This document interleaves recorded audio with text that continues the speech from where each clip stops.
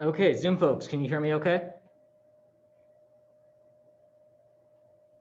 Yes. Yep. All right, great. So,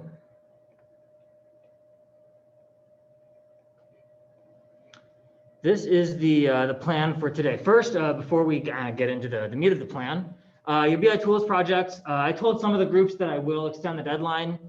So we'll make them due Sunday night. And so there's a Dropbox on ELC. You can submit these as an unlisted YouTube video link. And then I will sort of assign these to the rest of the class and expect that you will watch each other's videos to learn a little bit about these other BI platforms that are on the market. So the thing about these is that the contents will be fair game for exam number 2. Again, it'll be an open book, open note exam. I won't be super nitpicky about questions about these tools projects, but I do want you to be able to kind of understand what some of the major points are with respect to some of these other BI tools. So I will be watching them, and I will expect that you will too, at the rate of maybe a few per week. As you can see on the syllabus, I will send these out to the rest of the class. So if you have any questions about that, feel free to shoot me an email, let me know. But are there any questions? I guess I can pause and take any questions that there are. Yeah, question in class. I would say Sunday is the 11th and the 8th, not the 9th. Sunday is the 8th, not the 9th? Sunday is the 8th, not the 9th. All right, so it's on the 8th on ELC. And the reason I did that is just so that you had them done before that class. Thank you for letting me know.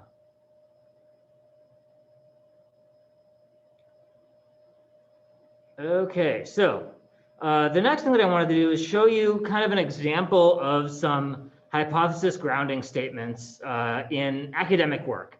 So I posted this to ELC. It's in the group projects folder. And there's a little caveat there that says, look, this is an academic paper in a peer-reviewed journal that was written by a professor at Georgia, Jason Colquitt, for some of you that may know him. He was here last year. This year, he moved to Notre Dame. So from here on out, his affiliation is with Notre Dame until he moves again, I guess. But I think that he does a particularly good job of doing hypothesis grounding. And so I thought I'd show you kind of where this comes from, right? Because academic papers, if you've had a chance to look at them in the past, if not, that's okay. They rely on the same general processes, thinking about epistemology and the scientific method and all of that, that I'm asking you to do for this class, right? And the reason for that is that I think that the scientific method is a sound way to go about thinking about the process of doing research, right? Asking and answering questions.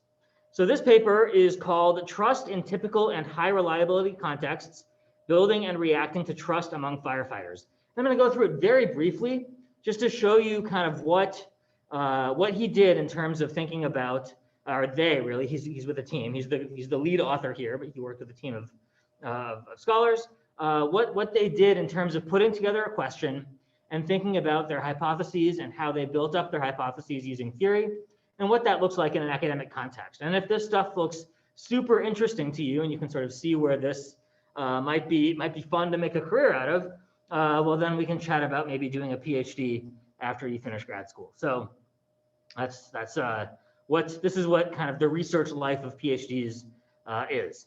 So the first, the introduction section of this paper kind of, gives us a hook, right? And it talks about this idea of trust among employees in an employment context in an organization. So Jason is a management professor. Specifically, he does organizational behavior work. The management field is split up into two kind of subfields. There's the organizational behavior side, which focuses on the individual level of analysis, where they're looking at individuals and how individuals act in organizations. And then sort of the strategy or the macro level of analysis, and that looks at the firm level. And so how firms act in industries. And so there's two sort of sets of theoretical bases, et cetera. So Jason is an individual level organizational behavior researcher. A lot of the theory is derived out of psychology, industrial organizational psychology, for those of you that are familiar with that field, et cetera, right? So that's kind of where we are. And so this idea of trust is one of the kind of key theories that exist in this space, right? Not one of the key, most important theories, but it is a theory that exists because people think about what it means when people who are in a workplace trust each other or not, right? So They start by saying trust in employees is vital to virtually any job in which employees must depend on their coworkers to fulfill job duties, right? If we were working on a project together and you drop the ball, you don't do your work, and I trusted you to do your work, then in the future, we may not be able to work on projects together, right? You know this from an academic environment. The same thing is true in a corporate environment, right? So they say, okay, we know that trust is important in work environments, but there's still some things that we don't understand about trust, right? Specifically, the idea of task context. So if we're thinking about a very kind of lightweight routine task, that might be different from something that's, you know, very important, right? And so that you can tell that they look at firefighters here to suggest they're looking at a different kind of task than maybe your standard routine task. So that's all the introduction. Then they say they bring you a research question, which is not necessarily formulated as a question, but they're bringing around the idea that the task context matters, and they want to investigate task context. Specifically, they bring in high reliability work contexts, which have unpredictability and situational danger, like firefighting, right? So then they start to do their hypothesis development. And this is the part that I kind of want to use as an illustration for your own work and kind of how they did it. So the first thing that they do is they say, okay, what do we mean by trust, right? We know that employees have to trust each other. What do we mean by that? And so they say, well, there's two different streams of work when it comes to trust, two different theoretical bases when it comes to trust, right? One of them is sort of a cognitive trust, and one of them is an affective trust. And so cognitive, right? We sort of remember from machine platform crowd where we, you know, introduced these kinds of concepts. So cognitive trust is something like ability, integrity, your ability to actually put your mind to what it is that you said you're going to do, right? If that's the case, then you have sort of a cognitive level of trust. Then there's also affective trust, or sort of an emotional level of trust, and that is sort of based in benevolence, right? It's a different set of theoretical elements that's based in benevolence. Like, okay, I trust that you're going to do it because, you know, I'm kind, I give you the benefit of the doubt, etc., right? And so then they develop these two different streams of trust. And then they say, okay, because trust in high reliability context is associated with stimuli that are unpredictable, dangerous, right? It's a process that's not fluent. Thus, they say that these high reliability contexts, the kind of trust that's required is a cognitive trust rather than an affective trust, right? But in typical tasks in, you know, an office environment or something like that, those tasks are more related to affective trust rather than, you know, cognitive trust. And so the way that they did this was that in this case, they put together, you know, a good, you know, 8 or 10 paragraphs worth of grounding in theory. And then they presented 2 hypotheses after those that were based on those paragraphs, right? And then, and I won't go, you know, won't go into the theory in more detail, but then they present another few paragraphs and then a third hypothesis. So this is all kind of hypothesis grounding statements for this third hypothesis, which is that trust in typical tasks and trust in high reliability tasks have specific, you know, contextual indicators, right? And then there's I believe, a final set of hypotheses around job demands, right? So this is the way that they set it up. It's like there's a bunch of grounding statements and then a hypothesis or 2 if they're kind of related, and then a bunch of grounding statements and then a hypothesis or 2. And the hypotheses are numbered, right? You can see it's like hypothesis 3, hypothesis 1, hypothesis 2, etc. So that's kind of the general format that I'd like to see on your reports, where you sort of say, okay, here's what we believe about, you know, let's say acidity and quality in wines. Therefore, hypothesis 1, we predict X, right? And so just so we can sort of see the rest of what goes on in this paper, what happens next, and this is similar to what I've asked you to do, is that there's a methods section where they describe the sample, right? They say, okay, here's where we got the data, here's how we collected the data, and then here's how we analyzed the data, right? And then they present some analyses. So then that's in the results section, right? The results section shows the statistics. They show, for example, in this case, this is a correlation table where you show the correlation between each of the statistics, between each of the variables. So they report the mean, the standard deviation, and the correlation between each of the different variables in the model, right? And then they show some of the, you know, the regression, the R-squareds, the adjusted R-squareds, et cetera. and then all of that kind of stuff. And then they move to the discussion section. So in the results section, they're very much focused on reporting the results of the model in sort of statistical terms. And then in the discussion section, they're talking about what those results mean in the theoretical terms, right? They move out of the realm of the statistics and back into the realm of, you know, firefighters and trust and the job type, et cetera, right? So there they say, okay, what are the implications for theory? What are the implications for practice? And suggestions for future research, et cetera. So that's kind of the format that we're following in our own work as well in this class. Where it comes from is the scientific method, right? And how it's used is it's often used in academic work because academics are, you know, very concerned with epistemology and what all that means, and, you know, the way that we can think about knowledge. But my case that I, you know, present to you, and hopefully you found it compelling when we talked about spurious correlations and all of those kinds of things, is that the academic or that the scientific method is useful irrespective of context, right? It's of course, it's, you know, it's kind of mandatory in academic work that you know, publish in peer-reviewed journals, but it's also useful in non-academic work and applied work if you were to do this kind of thing, because it's a good process that you can follow. So this is an illustration, it's an example. I've sort of highlighted some of the things at the very top of the article, so you can see the way that they set up the theory building and hypothesis. Again, my expectation is not that yours is in any level of detail like this.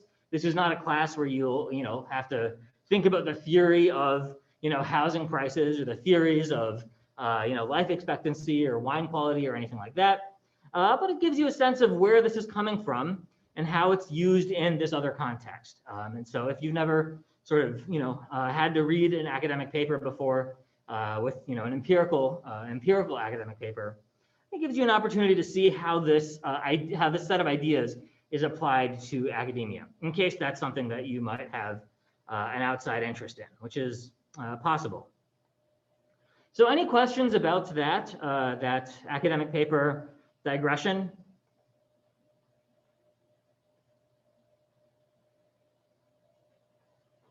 Was it interesting? Was it useful to go through for 5 minutes? Let's do a 1 through 5. 1 is like, this was a waste of time, not worth the 5 minutes. 5 is, okay, it was interesting to see an example of how this was applied in another context.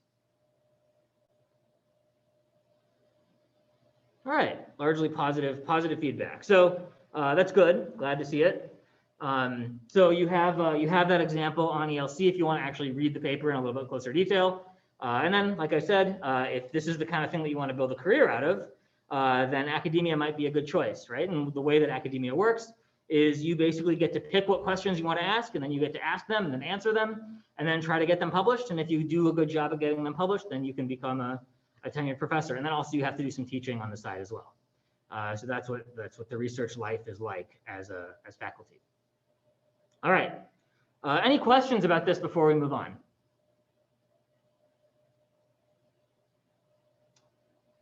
All right, so the next thing that I wanted to go over is sort of a brief kind of return to crowd. And the reason that I want to do this is because when I went over the first exam, what I found was that a lot of you did not really kind of grasp the story that I wanted you to grasp out of the each module, right? Each module kind of tells a story, and then there's some digressions in each module, like this Bitcoin stuff and crowd, etc., where that is maybe less important than the larger picture, right? And so what I want to do is briefly go over what I think is the big picture story in the crowd module, just to make sure that we're all on the same page about it, because that's kind of the thing that I want to make sure that you get out of this module. So the crowd module starts with this idea that there's this thing called the crowd, right? It's all these people. We all have these devices that are connected to the internet, right? And we are non-hierarchical, we're messy, we all have different, you know, levels of information, enthusiasm, skill, expertise. We have all different levels of all of these things. And the idea is that if we can focus those things, focus those resources or skills or anything in any kind of way, right? They say that the crowd is massively marginal, right? So somebody might have low skill but high enthusiasm, and somebody else might have high skill but low enthusiasm, right? And so the idea is that because everybody has kind of these marginal levels of resources, if you can focus them onto one another, then you can actually organize the crowd and do some interesting things. And so the crowd in its sort of natural state is non-hierarchical, it's messy, it can be difficult to find what you're looking for, right? It's very difficult to curate information. And then some members in the crowd behave in hurtful ways. And so the question is, how do we organize the crowd? And so they start by saying, okay, well, maybe in the future we can use machine learning, AI technologies like the module 1, and do those kinds of things to organize the crowd. But we're not there yet, right? These technologies are not that advanced. So we need to think about how we can organize all of these different resources and pieces of information, et cetera. And so the first thing that they talk about is the idea of a market, right? And they cite Hayek, for those of you that are familiar with his work. He wrote The Road to Serfdom. He's kind of considered one of the leaders in classical liberalism as political philosophy. So they cite Hayek, and they say that markets are, in addition to sort of economic exchange platforms, they're information processing tools.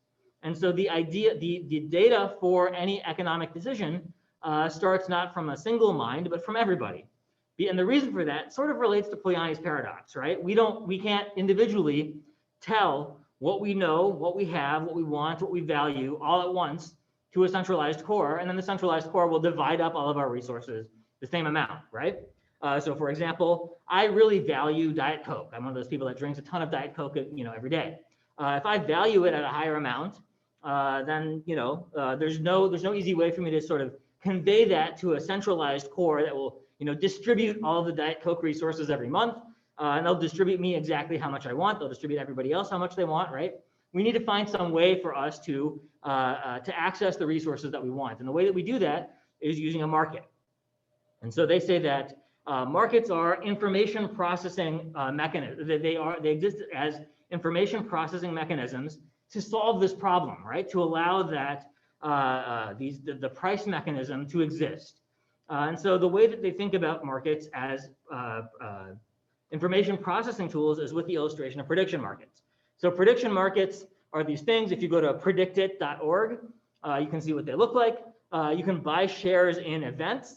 And so they're largely political events. I'm sure there's a lot of action on predictit.org, these days, given the election is coming up. And they say that, okay, there's a share price for each event, and you can buy shares and sell shares, and the more likely the thing is, the higher the share price is. The less likely the thing is, the less the shares cost, right? And so what they found in studying prediction markets is that events with final prices of about 70 cents actually happen about 70% of the time, right? So what that means is the crowd's knowledge using the market is focused in a way that is actually meaningful. So that's kind of the first step of focusing knowledge with the crowd. And so the way that these markets work, just as a sort of a brief explanation, is that let's say you want to buy a share in an event. Then let's say you want to buy a share in a candidate, right? And that candidate is currently it currently costs 70 cents. So you buy the share for 70 cents, and then at the point of the election, if that candidate wins, then your 70 cents turns into $1, right? You've made 30 cents, and you have to pay a processing fee on top of it, right? So you've made 30 cents when the event happens. If that candidate loses, you lose everything. You come out with zero, right? And if you buy, let's say there's two candidates and the other candidate costs 30 cents, well, then you buy that 30-cent candidate, and if that candidate ends up winning, then your 30 cents turns into $1. So you win 70 cents on each share, right? Minus, a little bit of commission at the end. And so the idea is that a candidate that's worth 70 cents, sort of at the end of trading, that candidate ends up winning the election about 70% of the time. And so the idea is that as new information is released into the market, you can buy and sell shares, right? You don't have to wait until the event happens. You can buy and sell shares as more information is released. And that's how these things work. So if you want to see what these look like in more detail, predictit.org is kind of the biggest one that I'm aware of. It's not technically gambling because it's run by an Australian university, is my understanding. So you can load money onto it from the United States if you want to not gamble on a prediction market, right? So that's the first way to organize a crowd. With a crowd, it's non-hierarchical, it's messy. If we can organize it, we can get value out of it. The first and most kind of base way to think about that organization process is by using a market. Now, there's other ways that you can organize a crowd using sort of self-organizing platforms, right? And the examples that they give you here are Linux and Wikipedia. And so what Linux is this operating system, right, that is used on a lot of servers that run the internet. It's the backbone of the Android operating system. And you can run it on your, your laptop computer if you'd like to. It's just not as common as Windows or Mac OS on the sort of consumer market, right? And so Linux is an open source project, which means that it was created by these people that worked in a self-organizing sense. They all kind of picked and chose which parts they wanted to work on. They contributed to the extent that they wanted to do so voluntarily. And the final product was this free operating system. So if you wanted to download a distribution of Linux, you just hop on the internet, you download it, and then you install it, and it's free, right? Windows, on the other hand, costs money. It costs like $100 per license, right? So Linux is free in that sense. And so how did the guy, Linus Torvalds, get all of these people to work on this project for free, right? They donated their time. They didn't get anything back from it, but the result was that they constructed a software product that is extremely valuable, and it's used by nearly everybody if you consider all of the servers that the internet runs on, right? Even if you don't have an Android operating system on your phone. So how did they do that, right? So Linus first used these principles. Openness, right? So the initial request for contributions was as broad as possible. Non-credentialism, so you don't, it doesn't matter what diploma you have, what job title, recommendation letter. As long as your work is good, you can contribute to the project. But each contribution was verifiable and reversible. So if the community doesn't like what you did, they can roll it back. There's a clear outcome, right? At the end of the day, everybody kind of knows what they're all working for. And people decide for themselves what aspects to work on, right? If you're interested in user experience or user design, you can do that. If you're interested in file structures, you can do that. People decide for themselves what aspect of the operating system they want to work on. And then finally, the idea of geeky leadership, right? That Linus himself was engaged and informed about all aspects of the work. So the idea is that when you do that, you can organize the labor of the crowd, right? So again, this is a sort of a free kind of capture of all of this labor that's being delivered for free by organizing the crowd. And the other example is Nupedia and Wikipedia, right? Wikipedia, the story is that Jimmy Hales wanted to set up a competitor to these encyclopedia companies like World Book and all that that people had, right? Back in the day, there were door-to-door salesmen that would try to sell you a set of encyclopedias for your home, if you remember, way back then. So Jimmy Wales said, all right, we wanted to create a higher quality encyclopedia, Nupedia. And so the way that it worked is that if you were invited to write an article, you would have to have, a certain degree of qualifications, right? You'd have to have a PhD, or you'd have to be otherwise some kind of expert in your field. And then you'd be invited to write an article, and then you'd get to write it, and that would create Nupedia, right? It was a for-profit endeavor. And so I don't remember exactly the numbers. I might have them in the slide notes. Nope, I don't. It looked like, after 18 months and $250,000 invested, there were like 9 articles that were complete, right? So Nupedia was a complete bust, right? It was a waste of money. They spent a long time and a lot of money trying to develop these articles, and nothing got published. And then Jimmy Wales was like, all right, well, there are these things called wikis that are coming out, this new technology. We'll just see if we can make an encyclopedia using wikis. And, all of a sudden, Wikipedia is created, and now, it's the encyclopedia that everybody uses. All of these other encyclopedias are functionally, obsolete at this point, right? And so this is the same set of principles that Linus used in the crowd. So here's where we are, right? We've got the crowd, unfocused, non-hierarchical, and then we've got hierarchical organizing, right? So for example, an employment relationship in the firm, in this case, there's a hierarchy, and so you organize the crowd, you all contribute to the same task, but you do it using a hierarchy. So if you don't do what I tell you to do, then you get fired, right? Then there's non-hierarchical organizing, so you can use markets or these self-organizing structures. So that's kind of where we are, and we'll kind of move into the idea of the firm, right? Because the idea now is that you have the possibility of using these non-hierarchical structures, right? And so the question is, you can use markets, you can think about, selling directly to the firm, etc. So the question is, why do firms exist at all, right? So the question is, okay, so we have these markets for things, right? So there's a crowd. You put together let's say you want to you're a manufacturer of furniture. You want to produce a certain kind of let's say a kind of chair that goes with a set that you're producing. There's kind of two ways that you can do it, right? You can make or buy. For those of you that have taken your strategy classes, it's just kind of a core strategy question. Do you go to the market or do you make it in-house, right? And so the idea is that it is cheaper to go to the market, right? You get to specify the chair that you want, and then you take it to the market, and then you find makers that have economies of scale, and it's cheaper for them to buy it for you, right? The production cost is lower than it is for you to make it in the house, right? In your firm, right? So why don't we do that? Because of this thing called transaction cost economics, right? Even if the production cost is lower to take it to the market, instead, the overall cost is not just the production cost, but it's also the cost of the transaction. So what are the other transaction costs? Well, you've got to find the right maker, right? You got to find the person who's going to make that chair for you, and you've got to evaluate all of the other makers on the market. You've got to find the right one and then select that maker, right? And then you've got to create a contract with that maker. And so the production of that contract adds another cost. Then you've got to enforce that contract with that maker, right? What happens when that maker slacks off and the quality degrades, et cetera? Well, then you have to enforce that contract, right?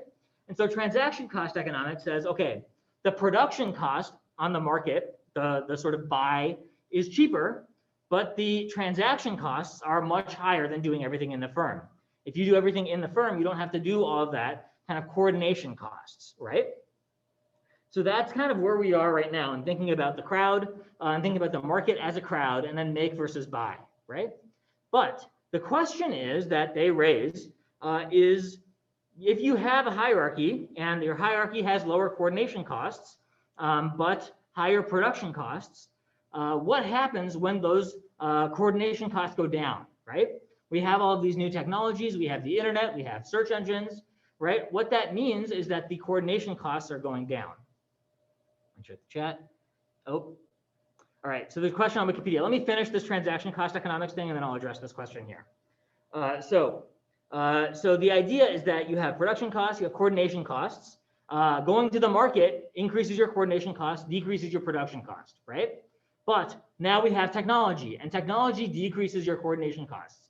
Why? Because it's easier to browse from different makers. Each maker can put together a website. There could be a platform where you select them from. All of these different kinds of things. There's now video technology that you can monitor the makers. All of your sort of enforcement costs are going down, et cetera. And so now we have a situation where in the past, the reason that we did things in the house, the reason that we built firms and made firms grow is because we wanted to minimize coordination costs, right? We knew that we were kind of taking a hit on the production side because it's cheaper to do things on the market, but we're going to save on the coordination side. Now technology is decreasing coordination costs, right? Which means that now that difference between the production costs and coordination costs is lower, which in theory means that we should be going to the market more and more often. And as a result, we should be seeing smaller and smaller firms, right? The idea is that the crowd might enable firm size to decrease. And so Brynjolfsson and McAfee asked the question, right? Why aren't we seeing this? What's going on here? And in my opinion, their answer is kind of lacking, right? They say, well, empirically, we just don't see it yet. We're not there yet, right? And so they say they reverse engineer a solution. They say, okay, maybe these methods of monitoring the contract, concluding the contract, negotiating and searching for the right maker, those costs haven't been lowered enough yet, right? But they say firms still exist. And so I say, well, okay, maybe, but there's other evidence to suggest that maybe this trend is actually happening, right? So this is a book that I cite by Jerry Davis, who's a professor at University of Michigan, and he finds empirical evidence to suggest that American corporations are actually getting smaller, that they're outsourcing key parts of their business to outside firms. They're going to the market, and instead of producing everything in-house, they're going to the market, right? So the example that Jerry Davis gives is Nike, and he says that Nike is becoming a shop where they focus on marketing and design, right? Production, which a lot of it used to be done in-house, is now taken to outside firms that specialize in production. And then Nike gets to specify, how the thing is produced to the quality standards that they want, et cetera. But they don't have to own, the capital intensive machinery to actually produce all the shoes that they want to produce, right? Now, maybe they do still have some in-house, et cetera. But by and large, these firms are growing smaller in terms of, capital ownership and things like that, not necessarily market cap. So there's some interesting things going on with the size of the American corporation with respect to potentially transaction cost economics. And I think that between Brynjolfsson and McAfee and Jerry Davis's book, there's a case to be made that this is actually happening in the real world. So again, what's happening here? You've got the crowd. It's unfocused. It's non-hierarchical. You can think about organizing it in a couple of different ways, right? The first is the hierarchy. So you create a hierarchy. You have to give, your employees an incentive to remain in the hierarchy. So you have to pay them, right? And then if they, they underperform or they, disobey or they do hurtful things, then you stop paying them. You fire them. Then you have non-hierarchical organizing, right? So you have markets. Markets can focus information flow. You have self-organizing structures like Wikipedia, like Linux, where you can organize labor.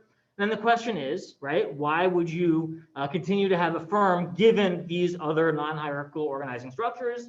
And this is kind of a question that's still up for grabs, right? Brynjolfsson and McAfee say that the firm is still useful, but I would say that there's other evidence, right, that's not necessarily cited in the book, that is more consistent with transaction cost economics that suggests that that these things are less useful today, right? Because the firm size is actually going down. So this is the big story, right? So for example, if I ask you an exam question about crowd, there's a good chance that it's going to ask you to understand something from this little tree chart here, right? Where you think about, okay, the crowd, there's different ways to organize it. How do you organize it? And what does that mean? So that is the crowd. So before I take questions on that, let me go back to the Wikipedia example, because there was a question in the chat that was about why are teachers and professors still anti-Wikipedia? And I think that that's a good question, right? So it's like, if Wikipedia is so good, why are teachers or professors anti-Wikipedia? And my answer is not that the information is inaccurate, but rather that we want you, and I say we, to cite primary sources, not secondary sources, right? So if you look, for example, at this academic article that we just went through, right? You look at all the citations that they have in the references section at the end, and all of these citations are to other academic journal articles, right? Why is that the case? Why are we citing journal articles here? Well, the reason is because that these journal articles represent original research, right? They are articles like this one where you learn something new about the world. And that is the primary source for whatever that little slice or that little bit of information is, right? It's the primary source. So Wikipedia would be a secondary source for that information. And that's my take for why Wikipedia is maligned as an academic source for citations. Now, Wikipedia cites their own sources, right? So if you go to Wikipedia, you look at the sources that they cite, and then you cite those sources, I don't think your professors are going to care, right? Now, what you're doing essentially is you're not doing the sort of review of the literature. You're letting the crowd do that review for you, right? And then in most cases, that's probably fine if we trust the crowd. So if it's kind of a mature topic that it's been around for a little while, it's got a lot of different people that have been editing it, then we can trust it, right? But if it's a relatively new topic or one where there's not a lot of activity or a niche topic, then maybe we want to do that research ourselves and look at the primary source data ourselves. So that's my sense there, right? So if you want to cite something in an academic sense, you should look for the primary. The highest quality citation is a primary source, and so that's why I think that teachers sort of malign Wikipedia. Now, if they tell you, right, it's inaccurate or something like that, I think they're being kind of lazy in their condemnation of Wikipedia, right? It's almost never inaccurate. If there's some change that's made that's inaccurate, it gets reverted right away. So it's less about accuracy and more about kind of overall quality and pushing, you as young scholars or whatever it is to preference primary sources over secondary sources. So any other questions? Hopefully that answers the question. But if any follow-ups on that or additional questions about the crowd module?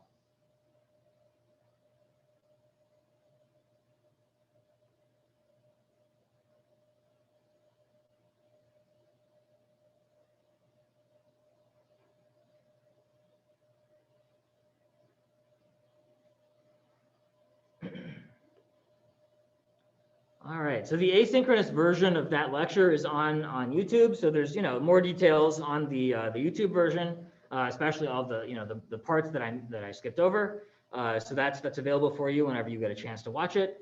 But I did want to kind of go through that story of the crowd and the idea of organization and then the ways of organization and how that relates to transaction cost economics, because that's what I see as the kind of the overarching story that carries through the chapters, right? And then they take their digression through Bitcoin and all that kind of stuff, which is relevant and it matters and it's worth talking about. And in a book that came out now 3 years ago, right? I think it came out in 2017.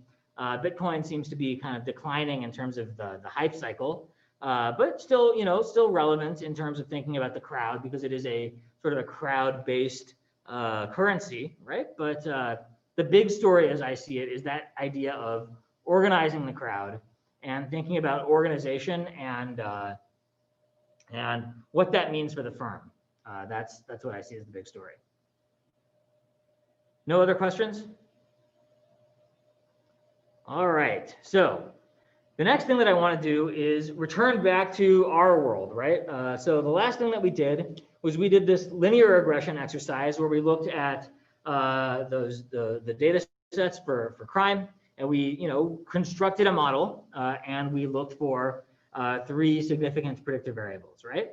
So today what we're going to do is kind of extend that to categorical variables. So this should be something that you hopefully remember from your statistics classes, where you have some variables that are factors, right? And so this one example of this might be category. So we have a bunch of different product categories in our Superstore data set. We have some office supplies, we have technology, and we have furniture, right? And so if we have, in this case, our regression is profit, we want to predict profit, and our predictors are going to be sales, right? Which is our sort of standard predictor. And then category, which is our categorical predictor. Then what happens is that there's a reference group and then 2 dummy-coded variables, given that there's 3 categories in that category variable in our output, right? So the default option is to use the first level factor as the reference and interpret the remaining levels relative to that level. So in this example, the intercept is the profit by sales and the furniture category. And then if you want to look at office supplies or technology, then what you have to do is go by the difference between this intercept and the intercepts on office supplies and technology. So let's pop over to R and run this, right? Just so that we have it. So here it is. So I'm calling it model 4, and it's going to be a linear model again. So it's not anything fancy in terms of linear regression. It's still just a linear regression. And formula, right? Profit is our dependent variable. And then you're setting sales and category as your independent variables, and your data is Superstore, right? So if you run that, then what happens is you get model 4. It's your list, right? And so if you want to see what your model summary looks like, you type summary model 4, right? And so that's where this is the output that I pasted into that slide. So here you have your intercept, and your intercept is a reference. It refers to the impact of sales and your reference variable, right? So in this case, you have office supplies and technology as separate coefficients. So that means that your reference variable in this case is going to be furniture, right?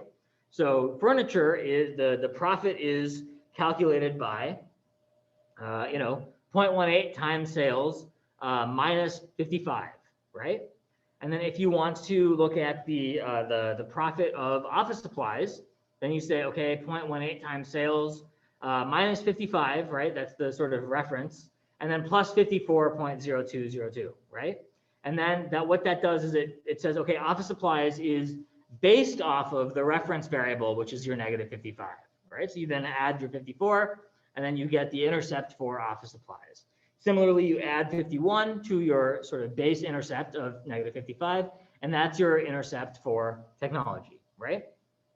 So that is regression with a categorical variable. So if you wanted to interpret this, I think I do this kind of step by step. Your intercept is relative to the baseline category. So if you wanted to predict profit for a $100 order in the furniture category, because again, regressions are predictive tools. So you have a $100 order in the furniture category.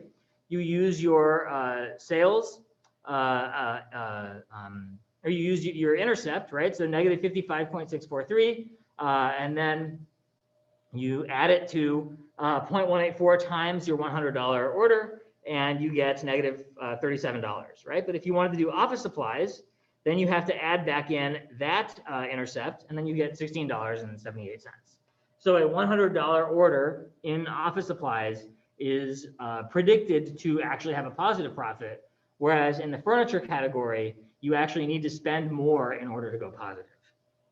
Does that make sense in terms of categorical variables? I know that the theory is probably a review, right? The sort of conceptual element, but seeing what it looks like in RStudio.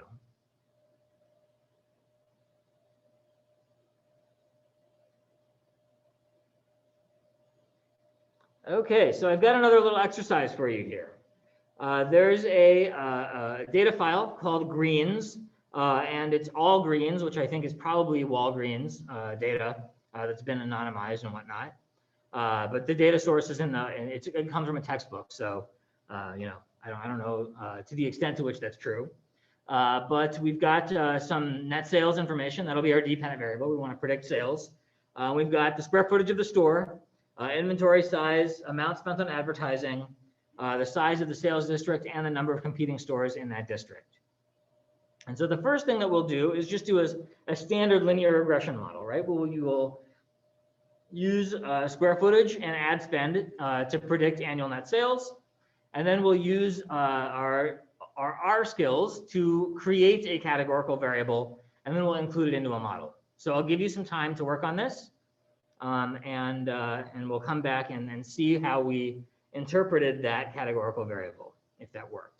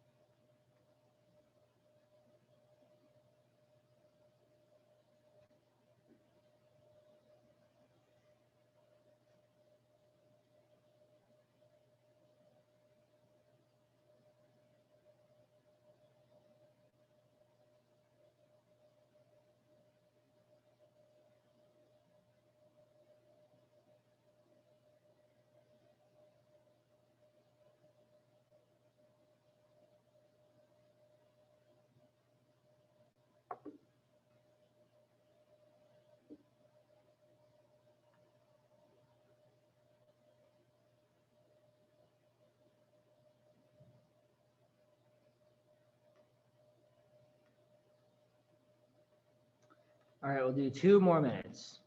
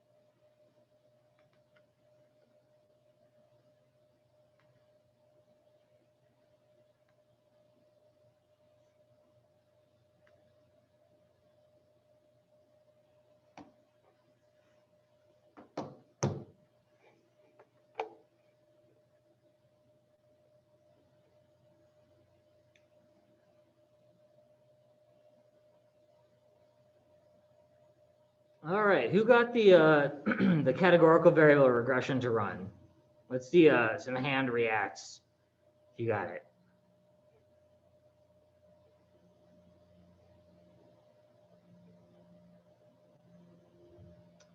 All right, my sense is not yet. Is it because you're stuck or because you're still working?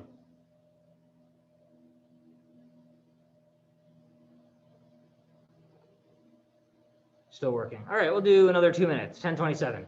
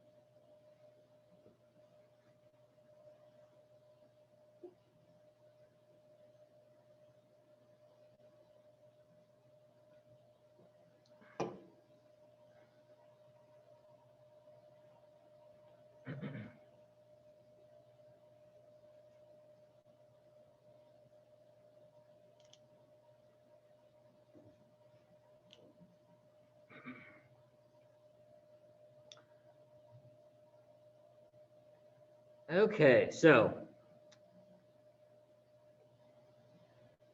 the first thing that we do, right, is we want to read in the data. And so because this is an Excel file, we'll go to File, Import Dataset from Excel, right? And kind of go through the process. It's greens. And so if we copy these first 2 lines, right, it's library read XL, and then the read XL line, right? So we run those two lines. We've got greens in our data environment, and again, the variables are labeled x1 through x6. So what I did here is I put little comments where I said, okay, x1 is net sales, x2 is number of square feet, 4 is ad spend, and 6 is number of competing stores in the district, right? So those are comments there that I made to make my life a little bit easier. So the first thing that we wanted to do was predict, create a model that would predict net sales based on x2, x4, and x6, right? The number of square footage, the amount spent on advertising, and the number of competing stores in the district. And so in this case, we'll call it model 5. You can call it whatever you want, right? Model 5 is a linear model. And so the formula is x1 is our dependent variable, and then x2, x4, and x6 are our independent variables, right? And then data comes from greens. So that creates model 5. We look at summary model 5. We see, okay, all 3 of our variables are significant. X6 is less significant. The other 2 are sort of very highly significant, and then also significant as well, because 0.001 is less than 0.05. But everything looks pretty good, right? We can construct our sort of quick triple plot diagnostic test. We can see that, okay, residuals, not super great, but not terrible, right? The red line does kind of mirror the dotted line, though it gets dragged up a little bit, sort of toward the middle, and then a little bit below the line on the front and back side, right? So not terrible, could be worse. We're pretty good on the QQ plot, right? Where our observations are kind of mirroring the line. And then Cook's distance, we do see that there's one observation, number 27, that is very drastically heavy compared to everything else. The Cook's distance of 11, it looks like. So that one we would want to interpret. We want to look at it much more closely and think about removing it from the model if there were a good theoretical reason to do so, right? So that's our basic model. That's kind of our starting point, right? So my hope is that this is not, rocket science or mind-blowing. It's something that you're all familiar with. You understand what's going on in these lines, right? So then the next thing that we want to do is, so this data set, right, it's not set up for categorical analysis. Why is that? Because all of the variables are continuous, right? They're all numerical. So everything is numerical. There are no categories in the model. So fortunately, or perhaps unfortunately, we do know how to create categorical variables. We used case when inside of dplyr, right? So in this case, we're going to take a variable that exists in a numerical format, and we're going to turn it into a categorical variable. What does that do? That takes x6, which looks like this. It's got a bunch of different numbers in it, and we're going to reduce any of the sort of complexity in that model, in that variable, down to either is it high competition or low competition, right? Or heavy competition or light competition. So we're taking data or information out of our model. So this is kind of a sneak preview into the last question, right? Is this good or bad, what we did? It's bad. We shouldn't do this. Why? Because what we're doing is we're taking the available data out of our model. However, sometimes there are cases where you have categorical variables that are defined initially as categorical variables, and you need to analyze them. And so that question of converting them from numerical variables is not real, right?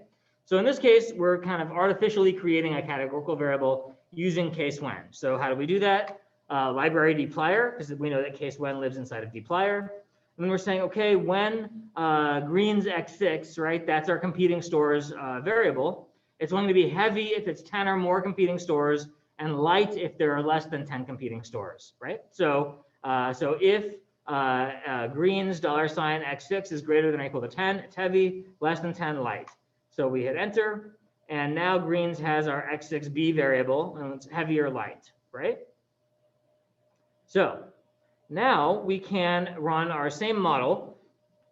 We're calling it model 6 now instead of model 5, and instead of x6, we're using x6b, and x6b is our categorical variable, right? It's either heavy or light.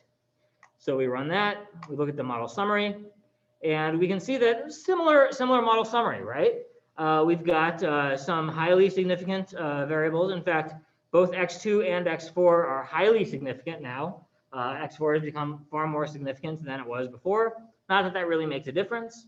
And then x6b is still significant, but less so than 2 and 4. And in this case, light is our dummy variable, is our reference variable. And so if you wanted to look at heavy competition, right, then, or heavy rather is our reference variable. That's what the intercept measures. And then if we wanted to look at light, then we would have to add 76 to our dummy variable, right? Because our light coefficient is relative to the dummy variable, which is sort of heavy competition, right? And that sort of makes sense. If there's light competition, your profitability goes up by $76 if all else stays equal, right?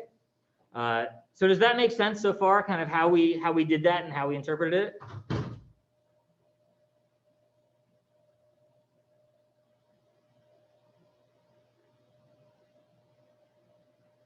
Okay, and so we can still run our diagnostics, right? If we look at them, we can see, okay, things look a little bit cleaner on the residual plot. And why might that be? Well, we removed some information from the module, which maybe made it a little bit cleaner, but we made the model cleaner kind of artificially, right? So we removed some quality from the model, which did help to make the residual plot a little bit cleaner. So the question is this good or bad? I would say the best practice would be not to do something like this, right? Unless there's a reason for doing it. So for example, if you wanted to model heavy or light competition, that might be a useful thing. So let's go back to that context. So here, right, we have number of competing stores in the district. And so stores in the district can be a useful measure of competition in a world in which there are no online stores, for example, right? But if you start competing with online stores, let's say you're like, I don't know, something like a bookstore, right? And so the number of bookstores in your district is dropping, right? Barnes and Noble going out of business, Borders going out of business, and you're still your sort of like, little independent bookstore, then you might say, oh, this would be great for our model, right? Well, it turns out that even though the number of competing stores in the district is going down, competition is getting heavier, right? So you might want to think about modeling competition in a different way. This might be a way to build in some measure of competition that allows you to adjust for something else, right? Are there other ways to build that into your model? Yes, absolutely, right? There's other ways to think about modeling competition, but this might be one way to think about thinking about competition in a way that's a little bit more generalizable beyond just the number of competing stores, right? Because then you can manually say, okay, on this day, Amazon started, selling signed first editions, which is our specialty, for example. And then all of a sudden you flip that variable from light to heavy because now you have heavy competition in your niche. So that's the kind of, maybe a reason why you'd want to justify creating a categorical variable there. But in reality, there are probably other ways to model that kind of situation that are a little bit more effective. Any questions on this?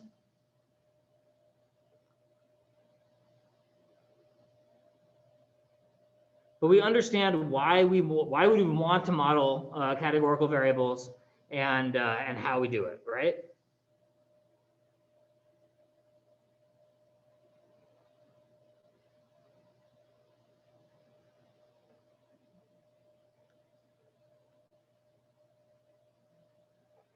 All right, I assume that lack of response is sort of assent that you all are okay. This is a thing that I think many of you will need to do for your projects, not all of you, I think. There are some data sets that don't have categorical variables, or if your data set does have them, you could, I guess, choose not to use them as well, as long as there was sort of a good theoretical reason to make that choice. But that's a possibility for you as well. So it looks like we're at 10:40 or so. We've got about 15 minutes left. All right, when does this class let out? 10:55? 10:50, so about 10 minutes left. What we'll do with that remaining time is introduce logistic regressions conceptually, and then we'll get into the nuts and bolts on R with logistic regressions next class, and we'll kind of close out logistic regressions next class. So the idea behind a logistic regression is that if you want to build a model that looks just like a linear regression, but instead of a continuous outcome measure, right? So for example, what is our profitability, right? Profitability ranges from negative, whatever, to positive, whatever, like nearly infinity, right? There's no limit to how low or how high your profitability can be. It depends on the other variables in the model, right? But if you want to build a model that looks like a linear regression, that works like a linear regression, but your dependent variable is binary instead of linear, then you need a different kind of model, right? We don't want an output value like we predict profitability is going to be 10,050, but a probability that we're going to have a positive profit, for example, right? And so that's what a logistic regression does. It says, okay, this is a regression model, right? It's a predictive model in the same way that a linear regression is, but the outcome variable, your dependent variable, is a 1 or 0 binary situation. That is the case when you would use a logistic regression, right? Essentially, we're categorizing things. So for example, if you wanted to categorize, like if we go back to the very beginning of the semester, we were thinking about, okay, is an email going to be spam or not spam, right? Or is a user going to be bot or not a bot, right? The way that we can create those categories is by using a logistic regression. And then we can say, okay, we predict that there's a probability that there's an 80% odds that this person is a bot, that this user is a bot, right? So those are the kinds of cases where you would think about using this kind of regression model. Okay, so what are some of the assumptions that underlie the linear model? So the linear model assumes that the response variable is normally distributed. So you're assuming that you have sort of some action on the low end and on the upper end there in that 1 and 0. But the thing about the linear model is that it's unbounded, right? So in this case, in that 0 1 model, all you have are 0s and 1s. But in the linear regression, you have things that go above and below that 0 or 1, right? Whereas in the logistic regression, the way that your sort of logit transformation works is it forces all of your sort of outcomes to exist either on 0 or on 1, right? So it more neatly fits for this kind of dependent variable, which makes sense, right? It pushes your probabilities to that 1 or 0 state, as this image kind of shows what the logistic regression does. Now, the thing about logistic regressions that's interesting, right? So here's a sort of a visual description. We can see that we have, these are some observed variables, some observations, right? So you've got some 0, 0, 0, and then 1, 1, 1, 1, 1, 1. What a logistic regression does is it says, okay, everything on the left side of the line is going to be a 0, and everything on the right side of the line is going to be a 1, right? It creates that classification. And generally, that's a useful classification to have, right? Because what you're doing is you're predicting whether or not, something is or isn't spam, or is or isn't a bot, or is or isn't, somebody is or isn't going to get sick, right? So the question is, what happens when you have an observation that lives somewhere out here, right? This would be an example of a misclassified observation. We have a 1, but based on where the line is, it's going to be classified as a 0. So this is something that we'll come back to when we get into it in R and we see what these misclassifications look like. But this is what you should kind of think about when you think about misclassifications, right? So it lives on the wrong side of the vertical line. And the vertical line is sort of the line that demarcates where you're predicted to be a 0 or a 1. So that's what that is. So here's an example. So in this example, you have some people that take a flu shot, right? 1 or 0, so yes or no, that would be a categorical independent variable. You have their vitamin C intake in, I guess, milligrams or whatever that's measured in. So that would be a continuous variable. The amount of hours of sleep they have, continuous, and then whether or not they get the flu. And so there you have your dependent variable rather, and your dependent variable is categorical. Did they get the flu or not, right? So these are the predictor variables. This is the response variable or the dependent variable. And that's how a logistic regression works, right? These are your predictors, and that's your response variable. So what the results of the response variable, or what the results of the regression look like, is what we call an odds ratio. So an odds ratio is the relative rate at which the outcome happens given all of the independent variables, right? So if the odds ratio is greater than 1, then the outcome is more likely. If it's less than 1, then the outcome is less likely. If it's equal to 1, then the outcome is equally likely. And so essentially, we're looking at the probability of something happening, right? And so we'll see this in practice when you go through the script. But the thing to note about the odds ratio, and this is one of the things that I might ask you about on the exam, is that the odds ratio is not the default output for logistic regressions in R. So you run your regression model, your logistic regression model, you type in summary of your model. What you get is not an odds ratio. So you can't interpret it like this in a very easy to interpret way. Instead, what you get is something called log odds. And so log odds is very difficult to interpret, right? It's something that exists as kind of a mathematical construct, but less as a sort of a logical or a probability based construct. So how do you get from your log odds to your odds ratio? You have to exponentiate it. So what do? You take the exponential, so it's like or e, right? It's a 2.71 something you remember from your math classes, to the power of whatever that thing is of your log odds. And if you do that, then you transform your log odds to an odds ratio, and then you get something that you can actually interpret, right? So let's look at the model, and I'll go through this kind of quickly with the intention here of kind of making some of the things that I've just said less abstract and more kind of concrete. But we will plan to go over this again in a little bit more detail first thing next class, right? We just have a couple minutes left. So I'm using this data set called CC data, and CC data is credit card data. And so what we have here are a bunch of variables, right? So we've got, what are they? These are all people that are taking on debt, right? And they are, the debt is either, debt that they're paying back, or it's debt that is bad. They stop paying it back, right? And so we want to predict whether or not they're going to pay it back or they won't pay it back. And so we have some information about like whether or not they're a foreign worker, whether or not they own a telephone, whether or not they have dependents, what kind of job they have, et cetera. And we want to predict whether or not they're going to pay back that debt, right? So the first thing to note is that the outcome variable is in a character format.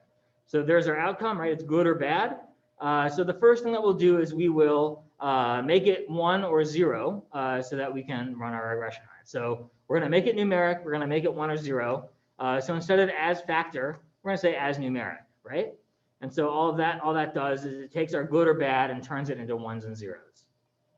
So then what we can do is say, okay, we're going to look at duration, right? So class is our dependent variable. So now the first thing to note, right, is that the difference that we'll use, the difference between or your linear regression and your logistic regression is GLM rather than LM. GLM is your general linear model, which means that you have a little more kind of ways to create complexity into this function. So GLM is what we're going to use, and then family equals binomial. And this is the way that we're actually setting up a logistic regression. So those are the two differences between a linear regression and a logistic regression.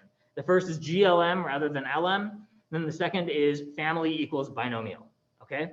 Other than that, everything else is essentially the same. You're specifying the data is coming from CC data, and then you're specifying, in this case, a very simple model. Class is your dependent variable, and class is that variable that we just set to 1s and 0s. And then duration, we're looking at the duration of the loan, and this is in months, I believe. It's right here. Yep, you can see the number of months, like 6, 48, 12, 42, etc. And so we're trying to find out whether the duration of the month, the duration of the loan in months has an impact on whether the loan gets paid back or not, right? So we just said model 0, it's right there, model 0 log. In the same way that your linear regression creates a list, so does your logistic regression. Now you look at summary, model 0 log, and you get similar sort of summary output that you did for your linear regression, right? You get your coefficient estimates, so duration is significant, which is great. But now what we need to do is think about how to interpret this, right? So for every 1 unit increase in duration, for every additional month, the log odds of a good outcome decrease by 0.0376, right? So that's this right here. But log odds, like we said, is not easy to interpret. So what we need to do is exponentiate the coefficients and express them as odds ratios. So all we're going to do is exponentiate the coefficients of model 0 log. So if there are multiple coefficients, that'll kind of take care of all of them at once. So you run this line, and now it says, okay, duration is 0.96. So now we have something that we can interpret. So now for every 1 unit increase in duration, that's 1 month, the odds of a good outcome increase by a factor of 0.9631. And that is technically a decrease since that factor is less than 1, right? So you multiply 1 times 0.96, you get something that's less than 1, right? That makes sense. So that lines up with the fact that we had a negative coefficient estimate up here, right? So the longer the loan, the term of the loan, the less likely it is to be paid back. And the way that the log odds work is that we are saying, okay, for every additional month in duration, your odds of a good outcome increase by a factor of 0.9631. So that is your, so the way that we would interpret this model. So that's where we'll cut off for right now. So once we've exponentiated, we've taken our log odds and we've turned them into an odds ratio, and that allows us to say for every 1 unit increase in duration, the odds of a good outcome increase by a factor of 0.9631, which is technically a decrease since the factor is less than 1. So we'll go over this again at the beginning of next class. So we'll make sure that we're all on the same page on it. But hopefully that looking at the R shows you in a little bit more concrete detail what I'm talking about when I say you've got to go from log odds to odds ratio. So any questions on this? Final questions before we close out for the day?